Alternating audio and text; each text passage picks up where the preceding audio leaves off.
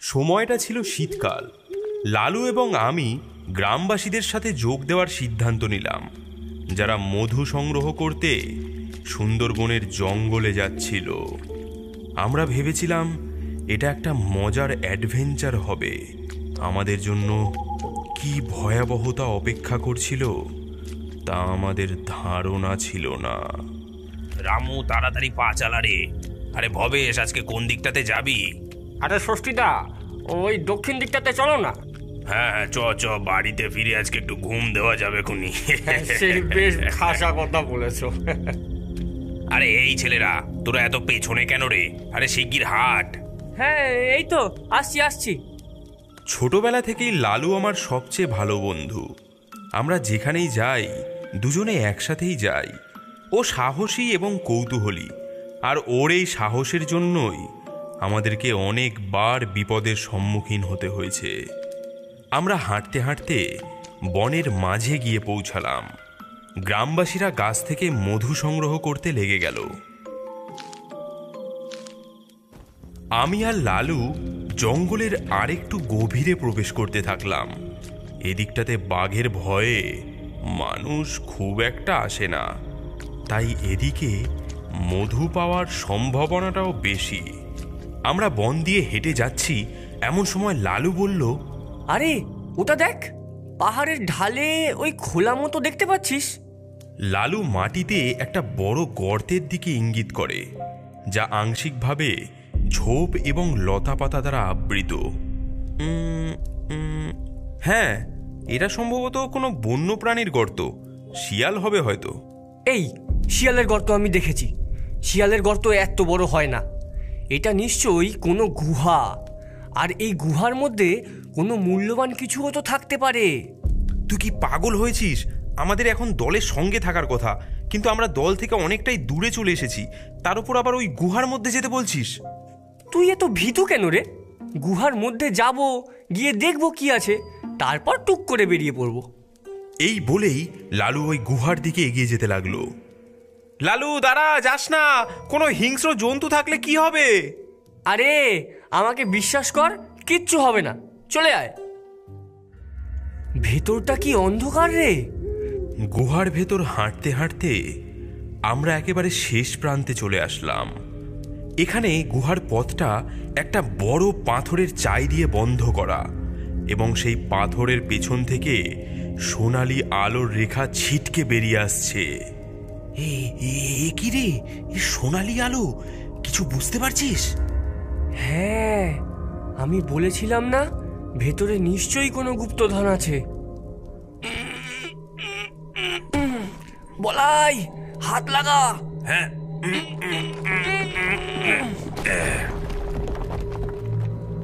ভেতরে তো সাপও থাকতে পারে রে। ভেতরে কি আছে সেটা দেখার একমাত্র উপায় আমাদের ভেতরে প্রবেশ করা।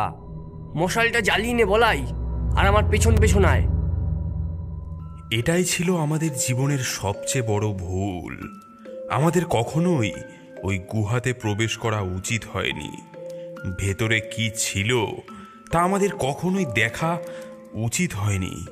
আমাদের কখনোই মূর্তি ও তার অনুগামীদের বিরক্ত করা উচিত হয়নি। এরপর আমি আর লালু একটা বড় গুহায় প্রবেশ করলাম। আমাদের মনে হচ্ছিল আমরা যেন আলিবাবা 40 চোরের গুপ্তধনের ভাণ্ডারের খোঁজ পেয়ে গেছি। আমরা দেখলাম চারিপাশে বড় বড় সিন্ধুকে ভরা সোনার মুদ্রা এবং অলংকার ঝলমল করছে। কত বড় বড় দানবের মতো জীবের সোনার মূর্তি। গুহার মাঝে একটি পাথরের বেদির উপর একটি ভীষণ বিশ্রী এবং কুৎসিত মূর্তি। মূর্তিটির যেন একটি চোখ নেই, গলায় হাড়ের মালা, এক হাতে একটি অস্ত্র আর এক হাতে মানুষের খুলি ধরা। সেই মূর্তির সামনে কিছু হাড়িকাঠ সাজানো, যেন বহু বছর আগে প্রাণী বা মানুষদের এই দেবীর কাছেই উৎসর্গ করা হতো। কি দারুণ এই জায়গাটা! দেখ, একদম অবিশ্বাস্য। আর মাঝের ওই মূর্তিটা কত ভয়ঙ্কর! ভয় পাস না, ওটা শুধু শিল্প। কেউ নিশ্চয়ই অনেক আগেই এটা তৈরি করেছে। কিন্তু কেন? এর মানে কি? এই মূর্তিগুলোই বা কাদের? আমি জানি না, হয়তো এটা একটা দেবী বা রাক্ষস বা দুই হতে পারে। লালু, ওর ধারে কাছেও যাস না, এটা বিপজ্জনক হতে পারে। আরে চাপ নিস না, এটা শুধু একটা মূর্তি, এটা আমাদের ক্ষতি করবে না। এটা তো পাথরের তৈরি এবং খুব মসৃণ। লালু প্লিজ ভাই চল, কিছু সোনাদানা পকেটে ভরে বাড়ি ফিরে যাই। আমার কেমন একটা খারাপ অনুভূতি হচ্ছে। দাঁড়া বলাই, আমি কিছু একটা দেখতে চাই। এই দেখ, এটা ধারালো এবং চকচকে আর অনেক ভারীও আছে। লালু নামিয়ে রাখ, তুই এটা কি করছিস তুই নিজেও জানিস না। আরে চিন্তা করিস না, এই কাঁটাটি আমি তোর উপর চালাবো না, আমি শুধু একটা জিনিস দেখতে চাই। এমন সময় লালু এক অদ্ভুত কাণ্ড করে বসলো। সে ওই মূর্তির অস্ত্রটা তুলে নিয়ে তার হাতের উপর চালিয়ে দিল। লালুর হাত থেকে ফোঁটা ফোঁটা রক্ত গিয়ে পড়ল সেই মূর্তির পায়ে। লালু, লালু, এটা তুই কি করছিস? তুই কি পাগল হয়েছিস? কয়েক ফোঁটা রক্তই বেরিয়েছে, আমার বেশি লাগেনি। আমি দেখতে চাই এবার কি হয়। লালু এবার ওর রক্তমাখা হাতটা সেই মূর্তির মুখের মধ্যে মাখিয়ে দিতে থাকলো। আজ আমি নতুন ইতিহাস তৈরি করতে চলেছি। সেই মূর্তিটির মুখে রক্ত লেগে মূর্তিটি আরো ভয়ঙ্কর দেখতে লাগলো। এমন সময় হঠাৎ শুনতে পেলাম এক তীব্র অশুভ গর্জন।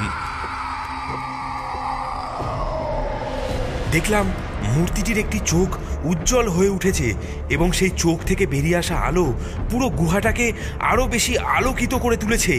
লালু এরই মধ্যে বিপদ বুঝতে পেরে অস্ত্রটি ফেলে দৌড়ে আমার দিকে ছুটে আসলো। ওরে বাবা রে!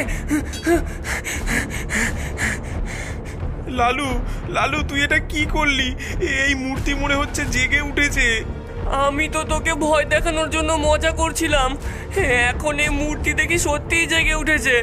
আর এই গর্জন শুনে মনে হচ্ছে আমরা তার ধ্যান ভাঙিয়েছি বলে তিনি খুবই রেগে আছেন।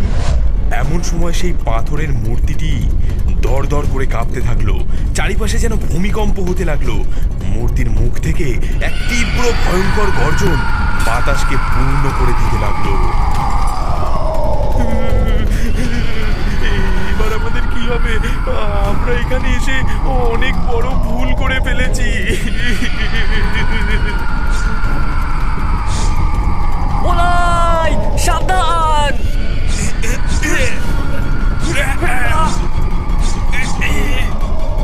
পালা লালু, পালা, নয়তো মরতে হবে। কোথায় কোথায় পালাবো? যে কোনো জায়গায়, শুধু এই মূর্তির থেকে দূরে।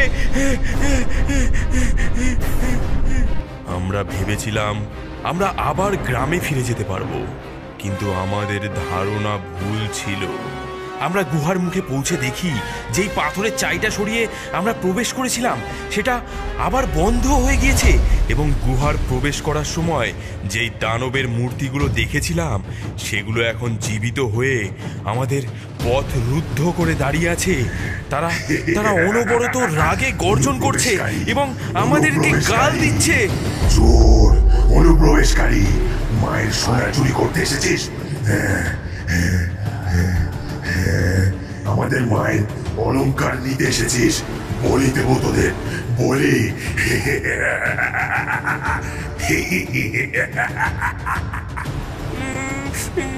বলাই, এরা কারা? এরা মনে হয় ওই মূর্তিরই অনুগামী, যারা এই মূর্তিটি পুজো করত। আমরা এদের দেবীকে বিরক্ত করেছি, এর জন্য এরা আমাদের উপর ভীষণ রেগে গেছে।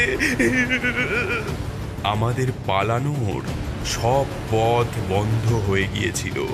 আমাদের সামনেই ছিল আমাদের মৃত্যু। সেই বিশালাকার দানবগুলো আস্তে আস্তে আমাদের দিকে এগিয়ে আসছিল। এমন সময় আরেকটি চিৎকার শুনতে পেলাম, কিন্তু এই গলাটা আমাদের চেনা। বলাই লালু, তোদের আর কোনো ভয় নেই, আমি চলে এসেছি। ইনি আমার বাবার বন্ধু ষষ্ঠী কাকা। মধু খুঁজতে ইনিও আমাদের সঙ্গে এসেছিলেন। বলাই লালু, শিগগির শিগগির এদিকে চলে আয়, এদিকে বেরোনোর আরেকটা পথ আছে। এদিকে এদিকে।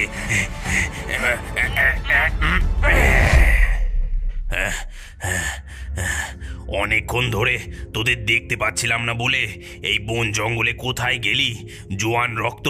হ্যাঁ, বাঘের মুখে আবার যাতে না পড়িস তাই দেখার জন্য আমি তোদের পায়ের ছাপ দেখে দেখে এখানে আসি। ভাগ্যিস এসেছিলাম, নয়তো ফিরে গিয়ে তোদের বাবা মাকে কি জবাব দিতাম আমি। কিন্তু তোরা এক সাংঘাতিক জিনিস খুঁজে বার করেছিস। এখানে এখানে যা গুপ্তধন আছে, সুন্দরবনের সব গ্রামবাসীর সব অভাব দূর করা যাবে। আমাদের আর প্রাণের ঝুঁকি নিয়ে মধু সংগ্রহ করতে আসতে হবে না।